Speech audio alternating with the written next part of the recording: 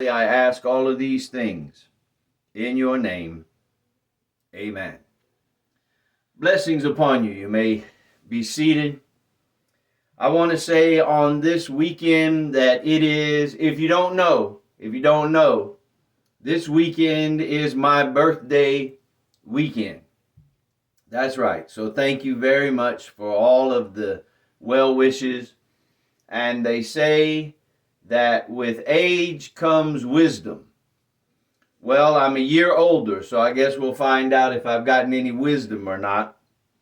But I want to thank you very much for the birthday wishes, and it means so much. It means so much. Mark chapter 9, Mark the 9th chapter, and I will be getting to that in just a moment. As I talk to you here today over this special chapel service, well, they're all special, but every opportunity to speak is special. I want to talk to you on this subject. It's time to get real. Oh yeah, look at somebody and tell them, neighbor, it's time to get real. It is time to get real. Those of you that are here, it's time. Viewing, it's time to get real. For you, for us, for me. It's time to get real. You know, when we talk about living a life of faith, when people get the mindset and they quote the scripture, everything that has to do with faith, Romans 1:17 is one of those great ones that says, the just shall live by faith.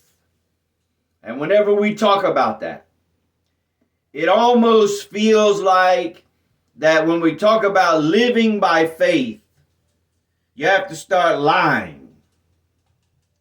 It almost feels like that sometimes when you talk about faith, you put on a facade or a mask. That in some way, when you talk about faith, you have to almost dismiss anything that is going around you or going on in your life. You almost have to just pretend. You start pretending. But faith is not pretending. Faith is not pretending. It would be ridiculous.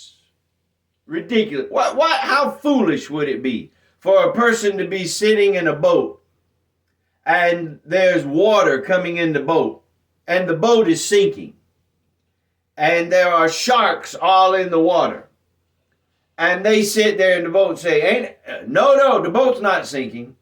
There's no danger. There's no sharks. There's no danger. Nope, everything's good. It would be ridiculous to say that.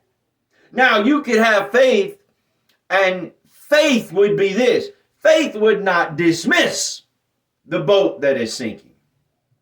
Faith would not dismiss the water that is rushing in. Faith would not be dismissing the danger in the waters as the sharks are waiting for you. But faith would be, I realize the boat is sinking. I realize there's danger in the waters. I realize what is going on. However, I do believe there's a way out of this. That's faith. See, faith doesn't mean that I lie. It doesn't mean that you lie, because faith, I believe, causes us to always have to be true. And we have to be true on two stages. One, we must be true to ourselves. And two, we must be true to God. We must be true to God. These people that talk about how, you just never, if you think one bad thought, then everything you believed up to that point is going to disappear. That's not true. That's not true. That's not true. And the reason why it is because God is bigger than that and smarter than that. And much more smarter than us. it doesn't all rely on you and me, because a lot of the things that we need, we're trusting God to do. I said we're trusting God to do. We're trusting Him. This is a partnership. When I go back to the book of Genesis and I read how God created the garden, and God created the animals, and God created the plants, and God created the everything around it. But it said there was no man there to work in the garden. And so God created man, and from man comes mankind, and that includes women too. And so He created that because He was wanting a partnership. That's why there's such an importance on God coming and walking in the cool of the day and communicating with Adam, the man that was in the beginning, because it's a partnership. This is why when He says, whatever you bind on earth, I'll bind in heaven. Whatever you loose on earth, I'll loose in heaven. This is a partnership. The Lord's Prayer, He told His disciples, and it's passed on down to us. He said, let your will be done in this earth. That's where we are. That's where we work. That's where we believe. He let it be done in earth as it is in heaven. In other words, He said, you hit them low and I'll hit them high. You do your work here and I'll do my work there. And years ago it was said by the great preacher Billy Sunday. He said, do what you can do, and be assured that if you do what you can do, God will do what He can do. And many times in the midst of that, it's God doing what we can't do. So this is a partnership. When I say I'm believing for something, I'm not dismissing the current situation that I'm in. Mark chapter 9 reveals to us a very powerful story. This story tells us of a man that came to Jesus and to His disciples with a child that was being tormented by some type of evil spirit. Let me read to you in Mark 9 and verse 17. A man in the crowd answered and said, Teacher, I brought my son who is possessed by a spirit, and the spirit has robbed him of his speech. And whenever it seizes him, it throws him to the ground, and he foams at the mouth, and he gnashes his teeth, and he becomes almost like dead. And I came to your disciples to drive the spirit out. In other words, I came to the church and asked them for help. Oh, but listen to the reply, and they could not help. How terrible it is that when people come today, we're talking about getting real. Let's just get real. That there was a time people could come to the church. That there was a time people would come, and instead of being judged, they would be given mercy. Instead of being cast out, they would come and find love. Instead of coming and people hearing about how terrible they are and how great everybody else is and how we sit high and lofty in our towers to look down on you in society that are struggling. There was a time that the church had it right. But I will tell you that the church has gotten off the rails. Because as I travel throughout and find out and talk to people in all walks of life, people in the church, people that are in ministry, people that are inside churches, people that have left churches, people that have gone to church and said, I can't go back to church because of the way people have acted. What I'm finding nowadays is that it sounds just like this man. I have a child I have a family problem. My child is being tormented by something that's evil. My child is being tormented by something that's attacking him. And what I did was what I was told to do. They said, bring him to these men that walk with Jesus. Bring him to these disciples that walk with Jesus. These men of faith and power. And I brought them like they told me to. And he said, they couldn't help me. It's a sad testament that the church today has lost its power. Or I would say that in many places there are churches that are coming back. Churches that are realizing that if you're going to help this generation, you can't tell this generation how terrible and rotten and horrible they are and put upon them a condemnation and put upon them a judgment and put upon them and tell them how they never will have hope. How can we come and tell the world how terrible they are and not give them an answer? It's like going to the doctor and sitting down on the table and the doctor says, well, what's wrong with you? And you say, well, you're the doctor. You tell me. It's the church losing sight where they are. And this man said, I have a problem. And he brought his child to the disciples. And it's very clear here that they could not help him. And here's what Jesus says. Jesus turns around and he says in verse 19, after the man said, I brought my boy and your disciples couldn't help. And now Jesus says in verse 19, you unbelieving generation, how long will I stay with you? How long will I put up with you? He said, bring the boy to me. You see, here is an instance where a man brought his child to the church and the church could not help him. And so Jesus said, get him out of that church and bring him to me, which is confirmation to something that I have believed for a long time. Church is not the equivalent of God. I said church is not the equivalent of God. Because if the church is the equivalent of God, then God has failed. Because there are churches that are failing. There are churches that are stealing people's money. There are churches that are preying on people's problems. There are churches that pastors are falling every single day. People are out there hooking and crooking. They're stealing. They're thieving. They're lying. And churches have even closed their doors. So if the church is the equivalent of God, then God has closed his doors because many churches have failed.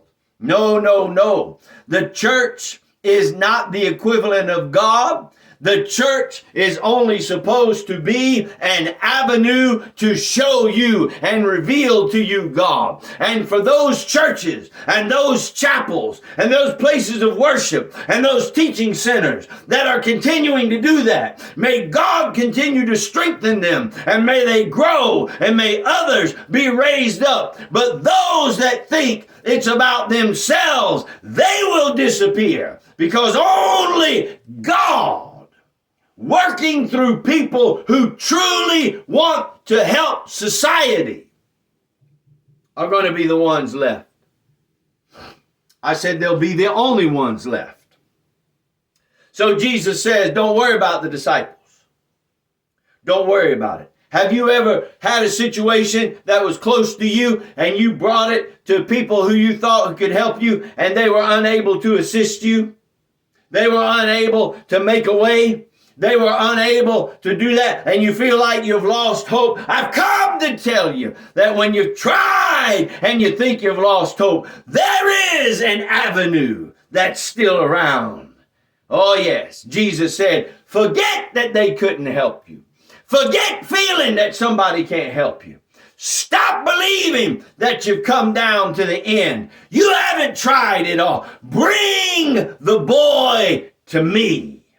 Oh, I want the church to get back to the place where we teach the real Jesus. Not this money-grubbing, money-grabbing Jesus.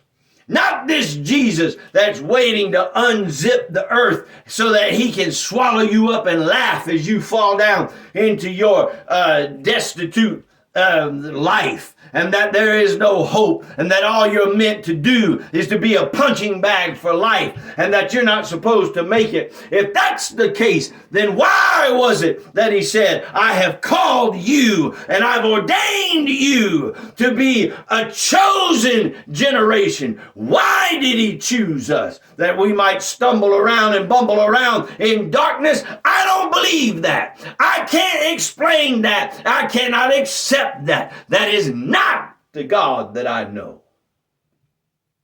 So Jesus said, bring him to me. Now watch this. He brings his boy to Jesus. And Jesus says in Mark 9:20, they brought the boy. And when the Spirit saw Jesus, whatever was gripping his son, when it laid eyes on Jesus, it immediately threw the boy down into a convulsion. And he fell on the ground and he started rolling around and he's foaming at the mouth. And Jesus looks at the father and he says, tell me, how long has he been like this? And the father says, from childhood. And now the father starts to tell him even worse. He says, you think that's bad? You think that's bad? He's rolling on the ground, foaming at the mouth, that something has gotten a hold of him. Something's wrong with him. These epileptic fits have come upon him now. And they believe here he was talking about it being evil. So whatever your idea is on it, it was definitely wreaking havoc on this boy. And so he says, let me tell you what else it will do. He says it'll throw him into the fire. And then when he catches on fire, it'll throw him into the water. And it's trying to kill him. Now I want you to stop for just a moment and put yourself in this father's place. He has watched his child from birth be tormented. His boy cannot speak. Everybody else is talking about how their children are saying, Dada. They're talking about how their children are walking around and playing with toys and how they're growing up and they're going to school. But he looks at his little boy and his little boy is being tormented. He sits at the table and then the next thing he knows, he's thrown down to the floor and he's foaming at the mouth and he's writhing in pain and he walks around and he's being thrown into the fire. And as his clothes catches fire, he's then being thrown into the water. Whatever your thought is, as a parent, whenever your children are going through difficult times, whether it's a sickness or whether they're struggling in school or whether they're having difficulties with a relationship, whatever it is heartbreaking and heart-wrenching for a parent. This man comes to Jesus. He said, I went to church. All they did was tell me how terrible I was. Told me how I couldn't do anything. Told me how I just had to live with it. Told me, he said, well, donate $1,000 to the building fund and maybe your child will be healed. Don't tell me that doesn't sound like today's church. Now he says, brings him to Jesus. He says, this is what's going on. Can't you see that father standing there before Jesus? Tears running down his eyes.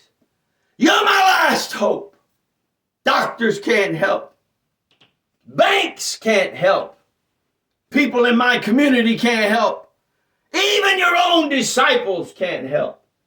And now he stands before Jesus, looking at him broken, tears running down his face. Watch this, my friends, because I'm telling you, it's time to get real. Tell somebody it's time to get real. Jesus says to him, look at this. How long has he been like this? From childhood, he said. But now watch this, verse 23. As the father's explaining the whole situation, verse 23, he bursts out, if you can, will you help us? And Jesus looks at him and says, well, if you can, everything is possible for the one who believes. Now, here's where it's time to get real. life has a tendency to put you between the rock and the hard place, the devil and the deep blue sea, the left and the right, and neither one of them are good choices. The walls that are closing in, the sands of time that are running out, the issues that you're going through. Life has a way of dimming everything down. Life has a way of bringing it all down to where you are looking at Jesus and he says, can you believe? Now, what does the Father say? He could do what everybody else does, just make a positive confession. Oh, yes, I believe. I believe. I don't worry about my son rolling on the ground. I'm not worried about it. I believe. Oh, yes, I certainly do believe. But I'm going to tell you what this father did. He got real. The moment of truth is when you got to get real. The moment of truth, the pressure, the crossroads, the time when you've run out of options. It's you and life and the fork in the road and Jesus. And everything you've believed and everything you've done and every step you've taken and every decision has brought you to this place. And Jesus said, if you believe, everything is possible. But I want you to notice what this man says, and I am so glad he answered this way, because it's time to get real. Tell somebody it's time to get real. I said it's time to get real. Watch what this father says. Listen, he says, the scripture says, the boy's father exclaimed. I mean, he just screams it out. I believe. I believe. And most people would have stopped right there. Oh, he said he believed. Let's go forward. Nope. That father wanted to cover everything. He said, I believe. But watch the next part. He says, I do believe. But then he says, Lord, you are going to have to help me overcome my unbelief. I believe. Remember the example I gave you in the beginning? I believe I can be saved from the sinking ship. But you're going to have to help me with my unbelief because the ship is sinking. I believe I can be delivered out of this ocean, away from this deadly ocean attack of these sharks. But you're going to have to help me because the unbelief is here because the sharks are here. I believe you can deliver out of this situation, but you're going to have to help me because my unbelief is here because I'm still in it. I believe I can be liberated from this addiction. I believe I can be changed. I believe you can open the door. I believe you can provide the finances. I believe you can make a way. I believe you can shake the earth and you can cause the rocks to split. I believe you will make a mountain in a way when there seems to be no way, but I'm gonna need you. Oh, hear him cry. I'm gonna need you. I'm gonna need you to help me. Because Lord, as much as I believe, I have some unbelief. Now I want to stop right here and say Jesus didn't tell him, get out of my sight. Jesus didn't look at that father and say, get away. Jesus did not look at that man and say, you don't truly have faith. Come back when you get some more faith. Jesus didn't say, download my podcast and listen to my 5-message series on how to truly believe. When that father got real, he took off the mask. He took off that church. He took off playing church. He took off sitting in church and acting like everything was all right when he was dying on the inside. His boy was being destroyed and he couldn't do anything about it. Jesus said, do you believe? He said, I believe, I believe, I believe. But I'm going to be honest with you. I'm going to get real with you. You're going to have to help me. Because, Lord, even though I believe, there's some times I have some unbelief. And I want you to notice this, the next verse. Let me read it in its entirety. Verse 24. Immediately the father cried out, I do believe, Lord, but help my unbelief. Help me overcome this unbelief. And Jesus saw that the crowd was coming. And Jesus, he didn't even look back at the father. He looked at the boy. He rebuked the spirit. And he said, you spirit, I command you, come out of that boy and never enter into him again. And the spirit cried, and the boy rolled violently, and he looked so much like he was dead. That's what the scripture says. And then Jesus, in verse 27, bent down, took the boy by the hand and lifted him up, and the boy stood up, and the boy was healed. Jesus stepped in. He stepped in. Why? Because the Father got real.